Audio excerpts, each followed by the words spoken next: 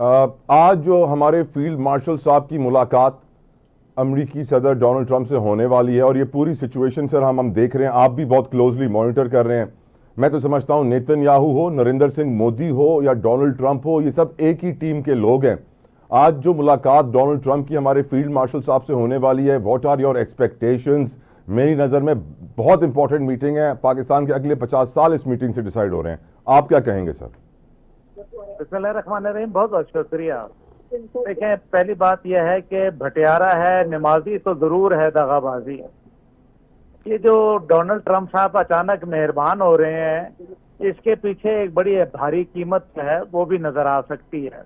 लेकिन हो ये भी सकता है कि इसके अंदर दूसरा पहलू यह है कि इंडिया ने उनको मायूस किया है। खासतौर पर पाक भारत जंग के बाद जो सूरत हाल बनी है, उसको अगर सामने रखा जाए तो जो नेट सिक्योरिटी प्रोवाइडर का ये इस रीजन के अंदर, इंडो पैसिफिक रीजन के अंदर जो वो चाहते थे नरेंद्र मोदी से किरदार, वो कर नहीं पाया। अब इसके अंदर दो पहलू हैं कि क्या डोनाल्ड ट्रंप साहब जो है वो एक बहुत बड़ा पैराडाइम शिफ्ट लेने लगे हैं। नंबर वन, वो कैसे है, यानी कि क्या वो चीन के साथ दोस्ती का या पावर शेयरिंग का हाथ बढ़ाना चाह रहे हैं?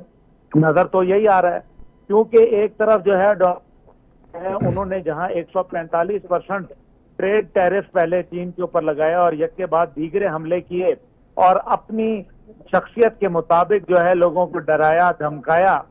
लेकिन जब चीन ने आगे मद्दे मुकाबिल खड़ा हो गया और उनके धौंस धांधली में नहीं आया, तो वो जो गुस्सा था वो झाग की तरह बैठ गया और तकरीबन 30% के ऊपर ट्रेड टैरिफ आके खड़ा हो गया। फिर उन्होंने ये कहा कि जनाबे वाला, मैं तो खुद चीन आना चाहता हूँ, अपने आप को खुद ही दावत दे डाली। अब ये तमाम चीजें जो हैं वो हमें सामने रखनी है। दूसरी जो पहलू है वो है ईरान का। ईरान का जो इस टाइम पे सूरत हाल है, उसमें भी धौंस धांधली और धमकी जो है वो चल रही है। अगर अमेरिका ने कुछ करना होता तो पहले दिन भी कर सकता था, तो वो गाफिल तो नहीं था। क्योंकि लगता यह है कि एक तरफ जहां वो डोनाल्ड ट्रंप साहब ने सरेंडर मोदी के पर काटे और उसको अपनी औकात पे लेके आया, दूसरी जानिब जो है वो ऐसा भी हो सकता है कि नेतन्याहू भी उनके लिए एक दर्द सर बना हुआ है। और ये वही नेतन्याहू है जिसके मुतालिक उन्होंने कहा था कि जनाब, मैं जो है वो इसराइल को मजीद एड नहीं दूंगा और जंग खत्म कराऊंगा। ये तो इलेक्शन कैंपेन तक की बात थी। इलेक्शन कैंपेन के बाद सूरत हाल जो है वो तब्दील हो गई और उनको पता चला। यानी कह रहे हैं आप इमरान खान वाली यूटर्न की बीमारी डोनाल्ड ट्रंप को भी है? जी, इमरान खान की यूटर्न वाली बीमारी कुछ कुछ डोनाल्ड ट्रंप को भी है। दोनों ने पता नहीं एक दूसरे से ही सीखा है मेरे ख्याल में। अब अब्दुल्ला भाई, एक और इंपॉर्टेंट क्वेश्चन, आज की जो कुछ फाइंडिंग्स थी मेरी, मैं उसके ऊपर एक सवाल पूछ रहा हूं कि मैं आपसे क्यों ये कह रहा हूं कि मोदी, ट्रंप और नेतन्याहू एक टीम में है।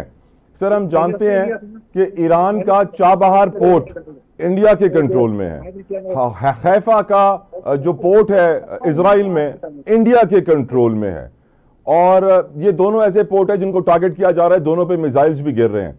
लेकिन इससे मालूम पड़ जाता है कि सर जो नेटवर्क, फॉर एग्जांपल ईरान में मुखबरी किसने की होगी, बड़ा ऑब्वियस हो जाता है कि 10 साल से वो लोग वहां पे पोर्ट चला रहे हैं, पोर्ट को बना रहे हैं ताकि अफगानिस्तान की एंट्री ले सके, वहां सामान अपना पहुंचा सके। तो मेरी नजर में गठजोड़ जो है इन तीनों का, वो इससे भी वाज़ेह हो जाता है। वुड यू एग्री अब्दुल्ला भाई? देखिए, वो तो इसमें कोई शक नहीं है ना। आप देखें कि जब हमला होता है, जिस दिन इसराइल के ऊपर तेल अवीव पे हमला होता है, या पहले तेल अवीव जब हमला करता है ईरान के ऊपर, तो नरेंद्र मोदी जो है उसको फोन करता है नेतन्याहू, बजाय इसके कि अपने वालिद साहब डोनाल्ड ट्रंप को फोन करे। इस सारे सिलसिले में जो है ना, ये जो यहूद और हनूत बैठे हैं ना, ये अमेरिका के एक ताकत पर हाथी के कंधे के ऊपर बैठ के कौवे और बंदर का खेल खेल रहे हैं। और भारत का जो सियाना कौवा है, वो जो इसराइल का बंदर है, उसके कान में जो है ना मुस्तकिल सरगोशियां करता रहता है, और वो अपने जो एक महापत बन के वो चला रहा है अमेरिका के एक ताकतवर हाथी को। लेकिन लगता यह है कि इस सारे सिलसिले में अमेरिका को ये महसूस होने लग गया है कि हम जो है वो इस्तेमाल हो रहे हैं। अभी देखें ना, 65% लोग जो हैं वो इस टाइम पे डोनाल्ड ट्रंप के खिलाफ खड़े हो गए हैं अमेरिका में, और वो ये कह रहे हैं कि जनाब आपने तो कहा था कि जंग जो है वो हम नहीं करेंगे, आप तो जंग की तरफ लेके जा रहे हैं। और ना सिर्फ ये जंग जो है इसराइल और ईरान के दरमियान जंग है, बल्कि आपके घुसने से ये एक आलमी जंग भी जो है वो बन सकती है। और आप जो है वो जी सर। जो थोड़ा बहुत मिडल ईस्ट के ऊपर आपका जो एक तसल्लत रह गया सर। वो फिर चीन और रूस जो है वो आके मिलके आपको उधर से बाहर निकाल देंगे। देखिए ना, प्लेट के ऊपर रख के तो चीन और रूस जो है वो मिडल ईस्ट देने नहीं लगे अमेरिका को से। तो ये जो इसराइल और इंडिया जो दो अमेरिका की प्रॉक्सीज हैं इस रीजन के अंदर मिनी सुपर पावर का किरदार अदा करना चाहती हैं, दोनों को मैदान जंग में पहले पाकिस्तान से और अब ईरान से जो है वो मार पड़ी है। मैं नहीं कह रहा कि इसमें ईरान का नुकसान नहीं हुआ, यकीनन हुआ, लेकिन जो इसराइल का अनटचेबल का एक उनका ख्याल था, एक अनरीचेबल का था, अनबीटेबल का था, वो तो मेरे ख्याल में और ब्रेक हो गया। ठीक। और ये सबसे बड़ी रुसवाई जो है वो हुई। और अगर इसराइल की पीठ लगती है तो अमेरिका अपना सुपर पावर का स्टेटस शायद बरकरार ना रख पाए। करेक्ट। अब मेरा सवाल अब्दुल्ला भाई सवाल है, जो आखिरी स्टेटमेंट अभी डोनाल्ड ट्रंप ने थोड़ी देर पहले तकरीबन पाकिस्तानी टाइम 7 बजे करीब दी है, उसके अंदर उन्होंने, आपने जिस तरह बात की मैं एग्री करता हूं, उन्होंने बरमला रिपीट करते रहे कि मैंने एटमी जंग रुकवाई पाकिस्तान इंडिया की, फिर वो कहते हैं आई लव पाकिस्तान, फिर वो कहते हैं मोदी इज फैंटास्टिक, और फिर वो कहते हैं Iran has no defence, no air defence, we can easily eliminate them. तो वो स्टेटमेंट काफी मेरे ख्याल से अग्रेसिव थी उनकी। और साथ साथ ये जो रिजीम चेंज की ख्वाहिश सामने आ रही है कि सर रजा पहलवी के बच्चों को वापस लाया जाएगा, इस पर भी कमेंट कीजिएगा सर। जी देखिए, दोनों बातें आपने पूछी। पहली बात यह है कि डोनाल्ड ट्रंप साहब जो है वो आपको पता है गंगा गए तो गंगा राम, जमुना गए तो जमुना दास। लेकिन लगता यह है कि नरेंद्र से जो है वो उनका जात कोई 36 का आंकड़ा चल रहा है, क्योंकि नरेंद्र मोदी ने उनको आंखें दिखाई। और जाहिर है most powerful president of the world वो इस चीज को पसंद तो नहीं करेगा।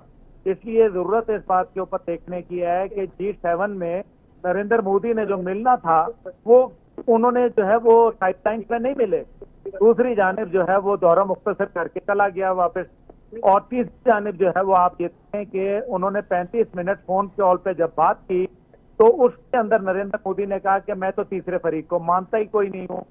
तो ये तो बातें देखे ना, डोनाल्ड ट्रंप को एग्रेशन देने की बात है। और यही बात है कि डोनाल्ड ट्रंप जो है इस टाइम पे भारत जो इमोशंस हैं उनके साथ खेल रहे हैं, और वो साथ साथ आई लव पाकिस्तान कह रहे हैं, थोड़ा सा इंडिया को और बार बार बोलते हैं, क्योंकि इंडिया तो ये कह रहा है कि हमने तो जंग जो है वो किसी के कहने पे नहीं की।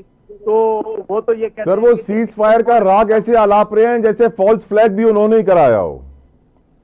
हाँ यही बात। तो इसका मतलब यह है कि डोनाल्ड ट्रंप जो है वो इंडिया को कट टू साइज करना चाहते हैं, लेकिन साथ ही साथ बिल्कुल हाथ से निकलने नहीं देना चाहते हैं। अब वो आपको लॉलीपॉप देंगे, और जो वो कह रहे हैं कि जी इसराइल का जो ईरान के पास कोई फजाई कंट्रोल नहीं है, ये बात दुरुस्त है।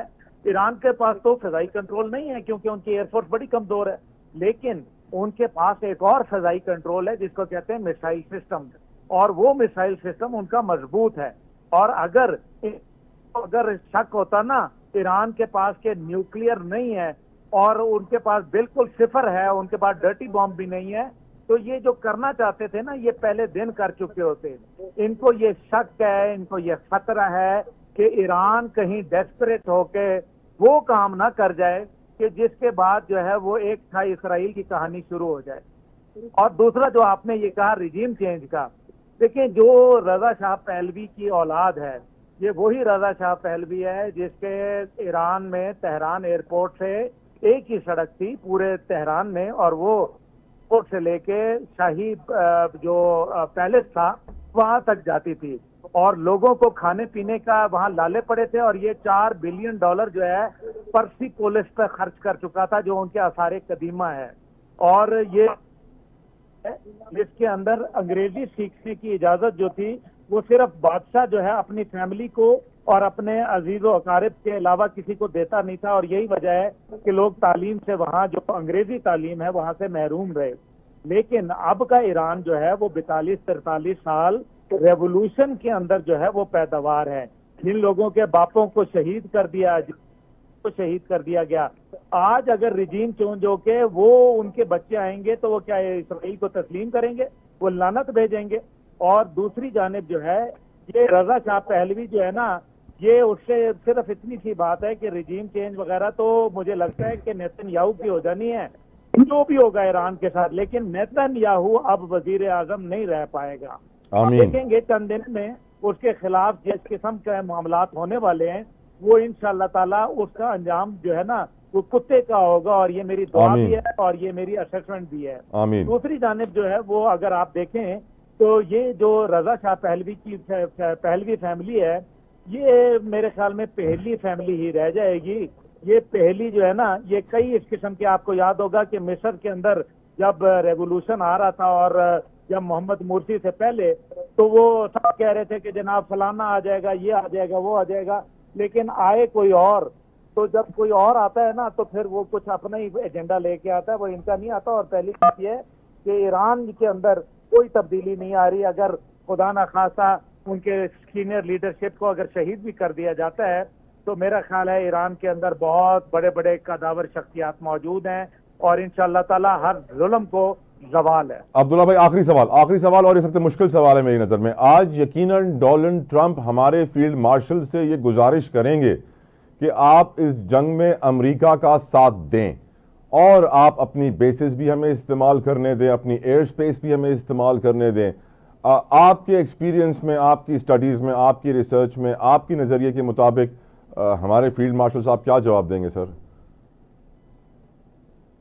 Absolutely not. Absolutely not. Once again ये वो वाला एब्सोल्युटली नॉट है जो इमरान खान वाला नहीं, जो एब्सोल्युटली यस में तब्दील हुआ। ये वो एब्सोल्युटली नॉट है। मैं आपको उसकी वजह, मैं ये कोई वैसे नहीं हवा में बात कर रहा।